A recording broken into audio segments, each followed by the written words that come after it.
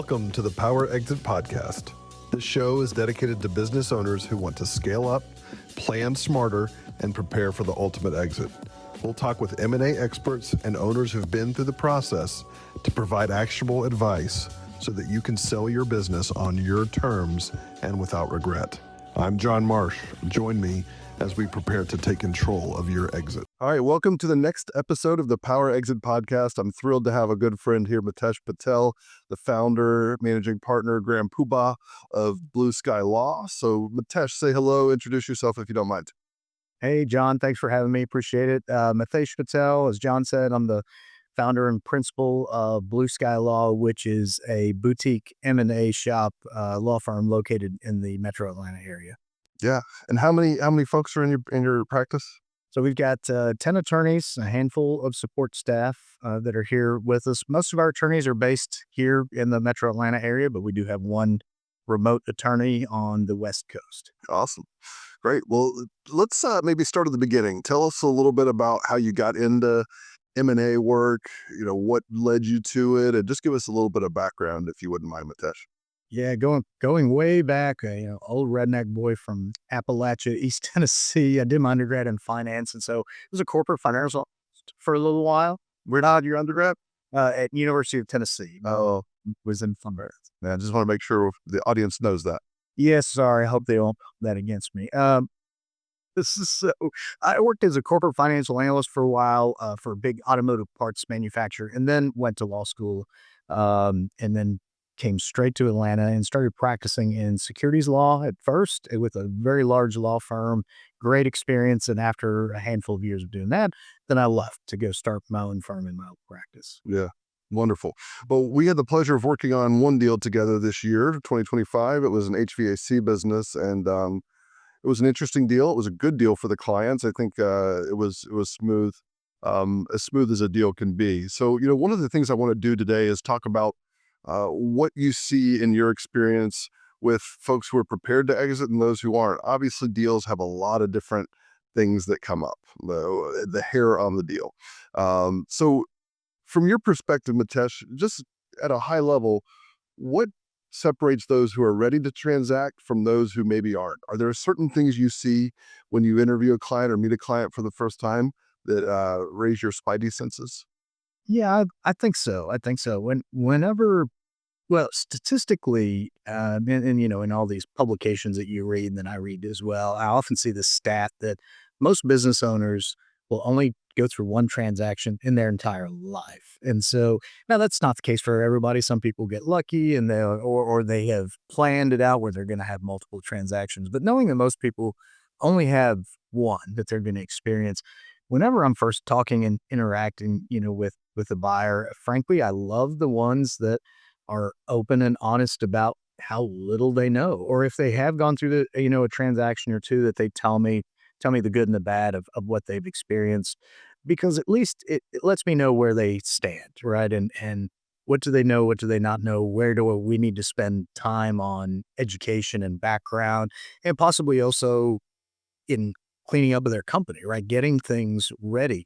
The ones that do make me real nervous are the ones that are just overly confident. And look, business owners are confident. They are super confident. That's in certain ways, right? That's what makes them really successful. But overconfidence going into a transaction or stating that, I know all this stuff, what's going to happen is your advisor going to go, he said he knows it all. We'll just skip over that and move on to the next thing. And then inevitably you'll get to the finish line and go, he or she didn't really know what they were talking about. And it can either delay the deal, totally get it off rails, who knows? But, that's our job though, is to try to feel that out through the process. Even if they're super confident, we find out, okay, maybe they've never done this before. That's our job, right? Is to go in and, without making them feel bad, get them up to speed and hopefully get their company up to speed if we've got enough time. Well, and we're in the service business. People are different. Every personality is different. And it's our job to help shepherd them through the process. So ultimately they can make the best decision for themselves and for their business. One of the things that sometimes gives me a little bit of pause is when a client says, I don't need an M&A attorney. I have an attorney. I have a trusted attorney. I have someone who I trust, and they can absolutely be a part of the team. But in your perspective, from your perspective, is it important? And this is a softball, Mitesh, but why is it important for you to have a deal specific attorney? Like, what are some of the nuances, some of the gotchas that someone who's going through this the one time in their life might not be aware of? Sure, everything. S- law is very much like medicine now. It is extremely specialized. And what you'll find is very much like medicine. If you go to smaller communities, you may have more generalists, and it's just kind of a requirement of having to serve people where you may not have a lot of service providers, right? You have to wear a lot of hats, but the vast majority of attorneys are specialized. And what I think that, buyers and sellers ultimately find out, even if they don't realize it's going into it, is that a transaction is like brain surgery. You should have a neurologist, a brain surgeon working on it. Now, could you get a pediatrician, or could you get, somebody that's we'll bring it back to law, general corporate attorney, somebody that's maybe done a few of these things in the past, but they specialize in employment or something else. Nothing against those individuals. They've got the background, right? We all went to law school. We studied all these subjects, and little bits and pieces of it hang in our brains. I remember a little bit from criminal law and some from employment, some of these things that I don't do now all the time. But it truly is brain surgery, and you don't know, you don't know. And so, would you trust your body and your brain if you're going into surgery to somebody that doesn't do it every day? Maybe if you're really, you don't have your senses on straight. But otherwise, I do think you really should. It's a extremely specialized process. It's fast from beginning to end, can be as fast as just a few months. And granted, there are ways of slowing things down, speeding things up, but it's a lot in a short amount of time. It's a lot of information that most people, maybe they've heard a word or something here or there, but being able to negotiate out a solid deal, you have to have the experience of doing it before. So, could a generalist attorney do it? They could do it. They could get it to the closing line. I'm convinced of. Now, and I've seen it before. Are they doing the best service for their client? No, no. In fact, just they're probably creating more liability of just things they just don't know because they're not right. Yeah, and we're going to get to that a little bit. What happens after the ink is dry. But before we do that, the purchase agreement is usually a very intimidating document. Probably the most intimidating document that you're going to sign as a business owner or in your life, other than maybe the purchase of a home. But what are the key sections from your perspective? And obviously, we need to pay attention to all of them. But from a legal perspective, what are the key sections, key parts of the purchase agreement that a business owner needs to pay attention to? Absolutely. I think that the purchase terms, so that's usually at the very beginning of the document. What I mean by purchase terms, what is being sold and what is being bought. Yeah. Uh, as crazy as it sounds, sometimes it doesn't match the LOI, and it's literally the first paragraphs in a purchase agreement. But make sure that matches your understanding as a seller. Is this what you're expecting? Is it clear? If it's not, that's why you've hopefully got good advisors to go back and say, this isn't clear to me. Can you explain it? So the purchase structure, reps and warranties, representations and warranties, which are essentially a seller's and a buyer's promises to each other. Hey, I promise that this business is solid. I promise that I've kept up with annual renewals. I promise that these contracts are real contracts and valid, within a current term. Reps and warranties, I would say, are by far one of the maybe the most critical, I think, for a seller and maybe even a buyer to really pay attention to. Other key areas, anything relating to employment, their ongoing employment of the seller or the seller's people beyond the closing. There's usually a smaller mention in the purchase agreement, bigger mention in employment documents. And then I would say maybe the last thing is indemnification. It tends to be, excuse me, I skipped working capital. That's in there, highly negotiated item, and then indemnification. Yes. That's Wonderful. Um, so for those uninitiated, those who maybe not are not familiar with reps and warranties, would you mind giving a couple of examples and maybe talk about a fundamental rep versus a non-fundamental rep? Uh, would you mind just giving some examples of those? Yeah, absolutely. So, representations and warranties, and that's actually how the section will be labeled in a purchase agreement. Yeah.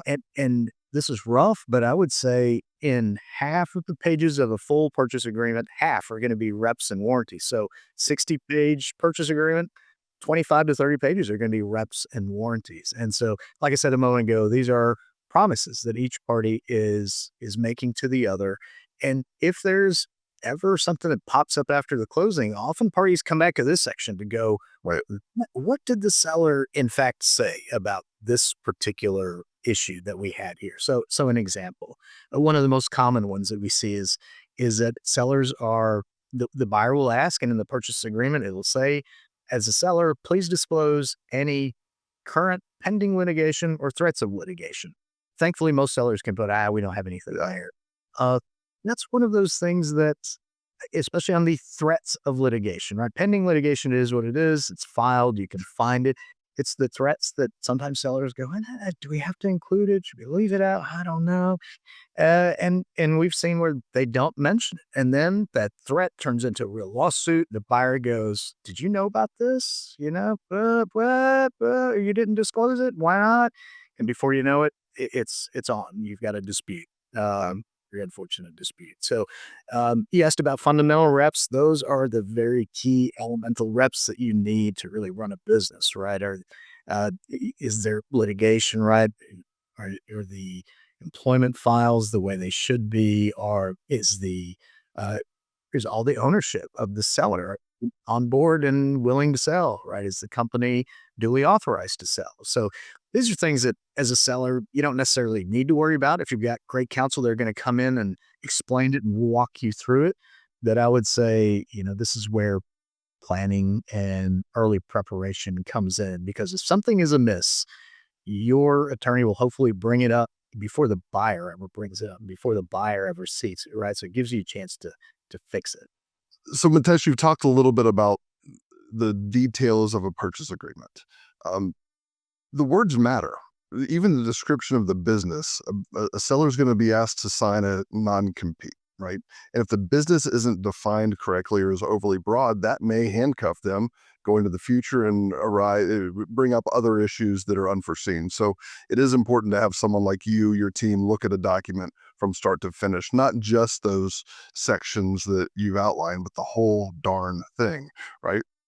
I mean, for 9 to 12 hours a day, on average, every single day, our attorneys, including myself, are looking at these documents, and we have done so for 20 something years. Dating myself a little bit, but it's a lot of it's a lot of details, and you learn a lot, going through that. And those are the things that thankfully we bring to the table, and that your attorney should bring to the table, when you're going through a transaction. So don't be shy about asking them to run through their background and their experience, what they've done. It's key.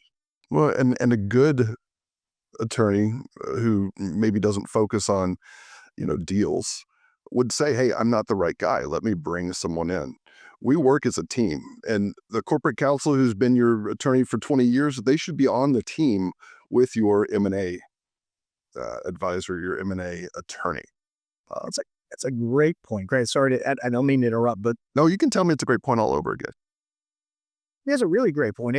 If a company has counsel, and often that counsel is friends with the owners, but we want them involved. They know stuff that we will never learn in a matter of a few months because they've been there for years. And frankly, they're the ones that have gotten the call every time something's a little, or even if it's not, if it's super positive, they're also the ones that get the call, right? Hey, how do we protect this? How do we replicate this? And so I want those folks involved. I learned so much from them.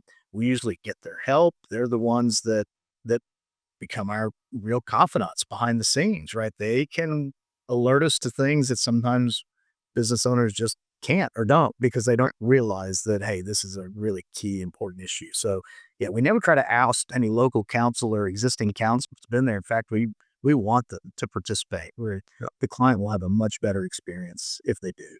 It does take a team, right? And I say this all the time on this podcast, but it's your M&A advisor, your attorney, M&A specific attorney, your wealth manager, your CPA. There's just a ton of folks, and the more the merrier. You're right. And Just like a team, right? Baseball or basketball, whatever your sport is, if you follow sports, you remove one person, one. That's all it takes of who should be there on the team. Can you get it done? Could you win the game? Maybe. Yeah, is it going to be as smooth, buttoned up the way it should be? Is it going to be a solid win? Right? You can feel good going through it. Probably not if you don't have that home team there. So you're right. I mean, you gotta have the team. Yeah. So let's turn our attention to deal structures, and obviously, part of my job is negotiating the purchase price, the structure, the way it's paid.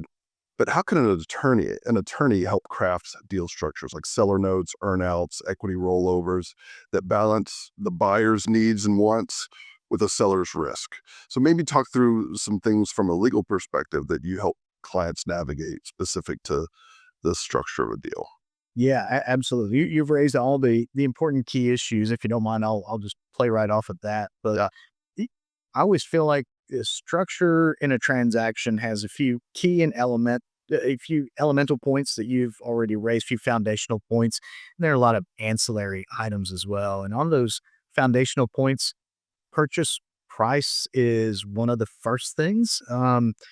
It sounds real basic, and, if you ask most business owners, "What is your business worth?" They're gonna throw out a number, because, again, business owners are confident. How accurate is that number gonna be? Uh, how likely is it that a business owner is gonna sell themselves and their business short? Quite a bit. And that's sometimes the hurt and the rub in that. So, right out of the gate, talking about what's the price, talking with the investment banker and the company that's there to go, "Hey, how did we get here? What's the background of it? Was there evaluation done, etcetera?" Working further through the structure, there are those elements of how a seller is gonna get paid, like you've already said, earnout, rollover. I'll tell you, I'm not a big fan of earnouts. Yeah. I think so much depends on and an earnout is essentially where a seller can earn more money after the closing based on the continued performance of their company, right? So year, 2 years after the closing, the buyer will go, okay, let's look at the numbers. Oh, they match what we've negotiated for your earnout. You've hit your metrics. Okay, we're going to pay you another $1 million, another $2 million.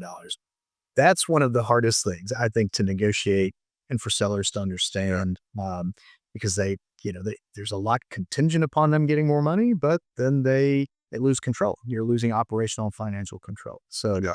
that's a big one. Rollover equity, I think really understanding what is that? What are you getting? What does it mean? How much is it worth? And what control do you really have over it? And what we find is that, and this is just life, right? And risk tolerance. Folks that are generally a little younger, perhaps a little bit more risk taker. I'm not talking really young, I'm just saying young where you might have some good working life. Yeah. It's different for different folks, but for people like that, if you don't mind a little bit of risk, maybe an earnout or rollover equity is the way to go. Maybe you're just tired and you go, gosh, I just need out, right? I want to put some money in my pocket, but really I'm most interested in where can this grow. Then us knowing that, we go, okay, then maybe we should put a few more eggs in this basket of what could come next. Our job is to really protect the sellers and make sure that they've got a real fair shot of getting those contingent items. Because sadly, you'll hear lots of advisors say this. We say this too. Is that what you get at closing? Maybe all that you get, right? And so you really need to look very critically at: are you happy and okay with what you get at closing? Because if you're not, um, those other things that are contingent based, right? If this, then you get your money. Uh, you know, those don't always play out. Actually, I would say we debate this a lot here. We're a bunch of nerds. Statistically, in our firm, we think maybe 20 to 25% of earnouts are actually hit. That's not a high percentage, right? It all depends on who you ask in the industry, but it's knowing that it's not that great, at least from what we've seen. That's why we also go, hey, if you're a little younger, maybe you can offset the risk. If you're a risk taker, all right, not a big deal. But No. and, sorry, going back to structure, employment plays into it. Restrictive covenants, again, if you're younger, you think you may go do something else later in life. Can you? Right? How much time it's going to be? Have you really thought critically about that? And then on the negative side, and not that we should be focused on that, but indemnification Are there skeletons in the closet? Have we appropriately handled those? Yeah. To go through this transaction, have you mitigated those as best as we can? Does the buyer know that they're there? All of those things can play into this structure. But just know that you don't have to accept the structure that a buyer presents to you. They're going to present what is most advantageous to them. It's as a seller, having the right kind of knowledge and the right people in your court will help you understand that offer and also go, okay, let's restructure this the way that we need to. So it is very personalized. All right, Mitesh, you dropped a lot of good nuggets on us there. One of the things we talk about is you have to be comfortable with the cash you get at closing. That's important. There are things you can do in an earnout, like hopefully structure it on something that's attainable, uh, and not something that can be managed by the buyer. Like EBITDA is not as desirable as maybe a top line revenue or even gross margin. But it's important that that is structured the right way, and the gotchas that a buyer may want to put into the document are caught and removed. And that's where having someone who does deals and understands what's reasonable, what's acceptable in the market, is a great asset to have on your team. Someone who's not familiar with that isn't going to be able to protect you and really help you monetize those contingent payments. The other thing that I see a lot is on the rollover equity. What class of shares do you have, and what are your rights with in the capital stack? And if you don't go in knowing what those are, that's a challenge. That rollover equity can be worthless if you don't structure it the right way. Absolutely. And usually as a seller, when you get that equity in the parent company of the buyer that's buying you, you're getting some of their equity. I've never seen a seller really get any control over that, right? It's just like, hey, you're along for the ride. If we have an exit down the road and sell, you're going to make some money. And if we don't, then you won't.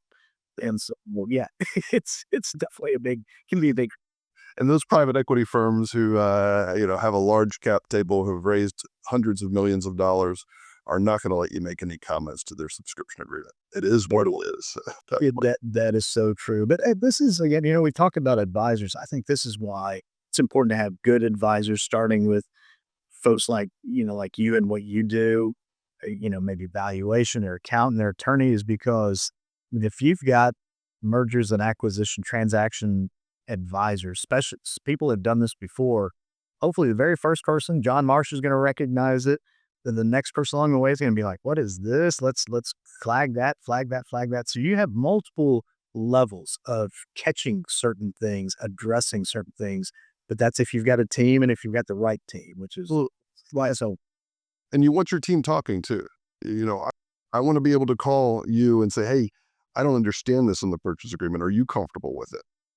Or this concept is new. Are you? How do we address this? Uh, I'm not an attorney. I didn't stay at a Holiday Inn Express last night, so I'm never going to be an attorney. But it is important to get the team talking, especially when you're talking about tax implications as well. Things like F reorgs, 338 HJ10 elections. Talking about basis. You've got to get your CPA included too. It's such a critical part, and it's something too that taxes are often we're often reactionary when it comes to taxes, and it's we try to be proactive in the areas that we can, but a lot of folks don't have. You just don't have a lot of avenues unless you're going to sell your business, and then you've got more than you'll probably ever have in your life, and so. But you got to start early, right? If you don't start early enough, you're not going to have enough time to understand what those tax mitigation strategies are, nor will you have the time to put them in place. And so, yeah, if you don't like giving it to the government, start early, at least start asking questions. Well, that brings me to my next question. When a business owner is thinking about selling, at what point should they engage an attorney like you, and what should that first conversation cover? I love these softballs. So, Yeah, you're welcome. this is very self-serving, but I think it's I was gonna say as early as possible. If possible, 3 years out, 4 years out, 5 years out, even if you can. But for most business owners, and that is at our firm, we specialize in privately held businesses. That's all we represent. And so we see this, right? That's often too far out for folks to really think about, oh, I'm going to do this right 3 years from now. Now, they may have a general idea. I think I'd want to slow down when I hit age 70, right? That may be 3 years out. But I like for folks to start early for a couple of main reasons. One is that knowing that this is probably the first time, maybe the only time that somebody's going to go through this in their entire life, you don't want to have a cram session on your education. Now, we like to start talking with clients early, and we do so off the clock. I think that that's something to keep in mind, right? Clients go, I don't want to pay for all that stuff. You should not have to. There are a number of firms out there, especially ones that specialize in M&A, along with investment bankers, certain traditional bankers.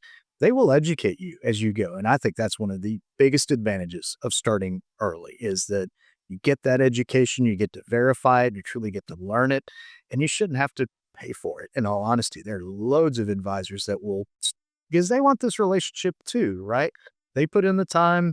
They hope that 3 or 4 years later they'll get that work, right? So, but that education, the understanding, I think the time to clean up your house if you need to, get it prepped to sell, and it is very much like a house. You want to paint it, make it look good, but I like to start early. You can do more things. You can have a smoother transaction if you start early. I also don't think this is always a big thing. Oh, you're going to engage attorneys early. They're going to start charging out the wazoo. And oh my gosh, you'll have 2, 3 years more of legal fees. That should not be the case. Yeah. In fact, your legal fees should be less in the transaction if you start earlier. And the reason is because so many of the things that need to be touched and addressed, as a seller, you can do it. You've got the people in your firm that can do it. You may just not know that you need to do it, or that there's this issue that's even there that needs to be addressed. That's going to be super important for a Mm. buyer. So start early. It never hurts. That's what I would say. Starting late almost always hurts. It's too late. Yeah, it's and you bring up a good point. We're going to talk a little bit here before we go about due diligence, and the analogy I use, as crass as it is that it's like a colonoscopy without the anesthetic. They're going to look at everything, and they're going to look at everything, and it's not a pleasant experience. In fact, I try to educate my clients um, early on that buckle up. The due diligence process is like another full-time job. We're here to help, but it takes somebody on your team. So maybe talk a little bit about specifically legal due diligence. What are some of the things that a buyer is going to ask for? And to your point, I think it's stuff you can gather in advance, right? So maybe just spend a couple minutes chatting about what typical legal due diligence means. Absolutely. So due diligence is homework, right? You're doing your research and your homework on the target that you're going to go and buy. And let me tell you, if a buyer is spending millions of dollars, and they typically are, right? You hope they are as a seller, right? More and more is better for you. Um, they are going to absolutely flip over every piece of paper, look at every file. They're going to look in every corner. They're going to analyze dust bunnies that they find under desks. Just an example, but they truly will. Yeah. They will hire a lot of folks, and they are going to dig deep. And they're doing that because they're spending this money. They're taking this financial risk on your company, and they want to make sure that we have looked at everything. I know on the buyer side, because we do some buy side work too. You know, if our clients ever find out, oh my gosh, we didn't look at that particular area, heads are going to roll, and people get really scared. And honestly, they should. So those key areas of due diligence, I think, as you're a seller and you're looking at, hey, what do we really need to stay focused on? Whatever the core element of your business is, right? So if you're a service business and you are providing a particular service, how buttoned up is the delivery of that service from the paperwork, right? Your contracts, are they enforceable? Do you make people sign them? Are they saved in places where you can easily access them, etc.? Well, this sounds really basic. You'd be shocked at how many companies they don't do it. There's like, oh, we got to do this, or oh, they pay us, and then the paperwork goes to the side. They don't do any of it. They don't even follow their own systems. And while it may work for a seller, a buyer comes along is going to take all this risk. If those things aren't where they're supposed to be, or if just a fraction of them are, or even if they're just one or two things that are amiss, it's enough to create some doubt in the minds of the Yeah. buyer.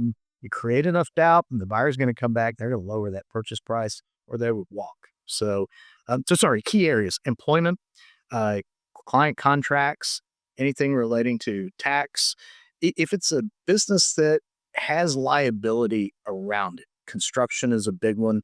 Has that company truly looked at each of those liability areas and addressed it in whatever way? Some liability you just can't address other than getting insurance and training maybe for folks. But had they critically looked at all those things? Yeah, I love it. And I also love that you clarified earlier on, you said, that people need to start 3 to 5 years out. And that's not engaging a firm and spending tens and tens of thousands of dollars. It's getting the education and getting prepared. I'm going back to something you said earlier, but it just resonated with me. All right, Mitesh, a couple more questions, and then I'm going to let you go back to your billable hours. Yeah.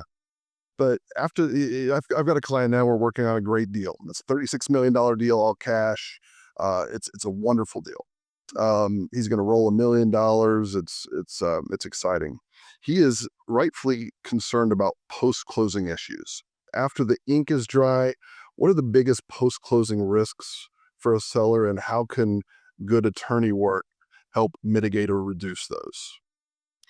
I would say the most common things that we see, there's some things that pop up right after the closing. Working capital tends to be one of the biggest ones, and not from a liability standpoint, but often we find that our clients maybe don't truly understand what goes into it until it's a little too late. And it's not for a lack of trying from our side of like, let's do meetings, let's talk about this, let's address it, right, etc.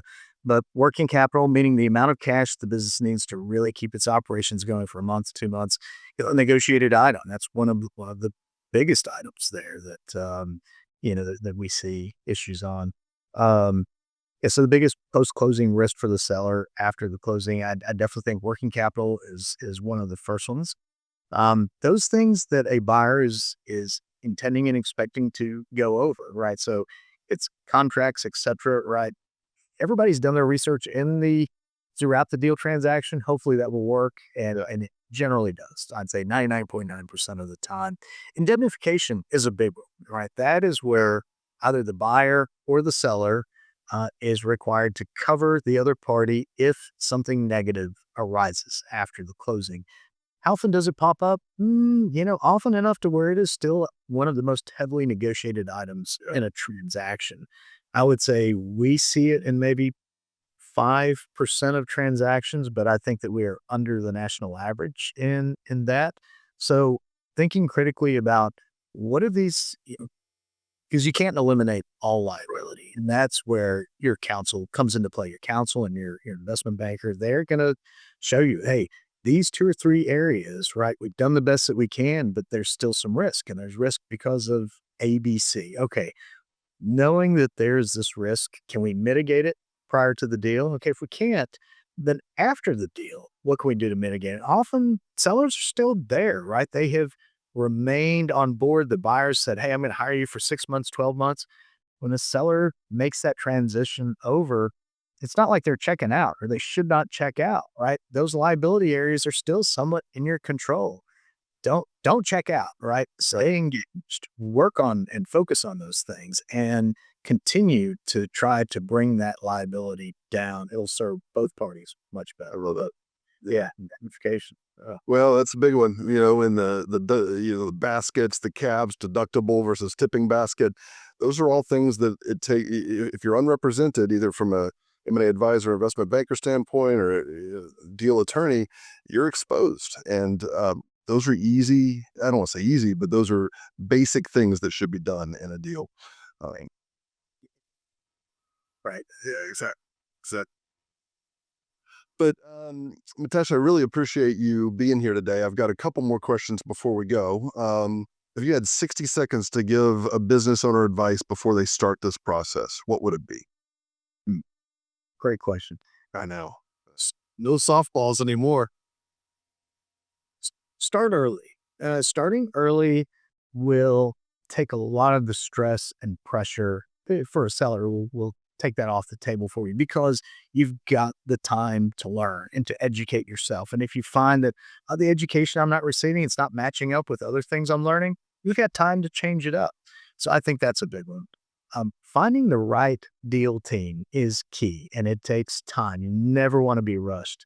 And I even tell folks that come to talk with and interview us, please go talk to 2 or 3 other law firms, right? Because while all these firms can do the work and get it done, I'm pretty, if they've got the right Sure. specialty, the personalities have to match because when the going gets tough, you need to feel comfortable enough with your counsel and your team to go, all right, I shouldn't be telling you this stuff, but there's a dead body in that closet over there. We got to fix it. Right? Or there's a skeleton buried out back, or I'm not comfortable. I'm scared, right? This bothers me. And that gives your advisors a chance to fix it as you go. But if you don't start early enough, you don't find the right advisors, if you're not comfortable with them, you're not going to get to a place where you feel like expressing those things. And so I think time is one of the biggest things. And then, having advisors that you have gotten to know, you like them, you trust them, et cetera. And that takes time. So I would say that's probably great. That's great advice. And you hit on something that I want to double click on. I can't believe I just said that. Double click. Uh, but the emotion of selling a business is real. It is going to get stressful. It is going to feel overwhelming.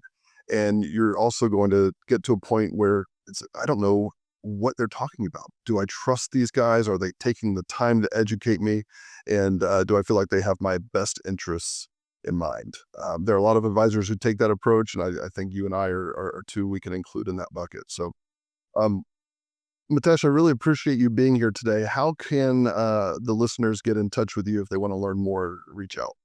Yeah, absolutely. You're more than welcome to email me directly at mpatel@blueskylaw.com. You can email my assistant, admin@blueskylaw.com.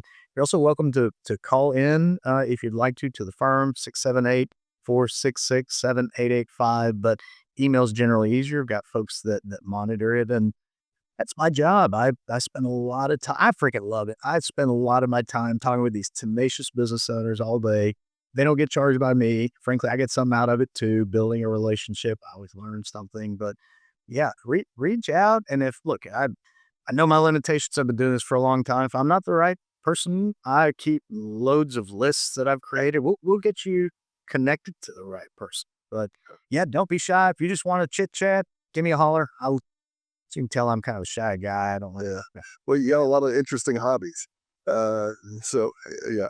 Hey, really appreciate your friendship, and your professional relationship as well. So thanks for being here on the podcast today, and thanks. Thanks for having me, and thanks for all the fun we've had on some of these transactions. And your professionalism has been great. I love the watch soul. So I love it. Alert. Take care. Thank you, Job. Yeah, we'll see you.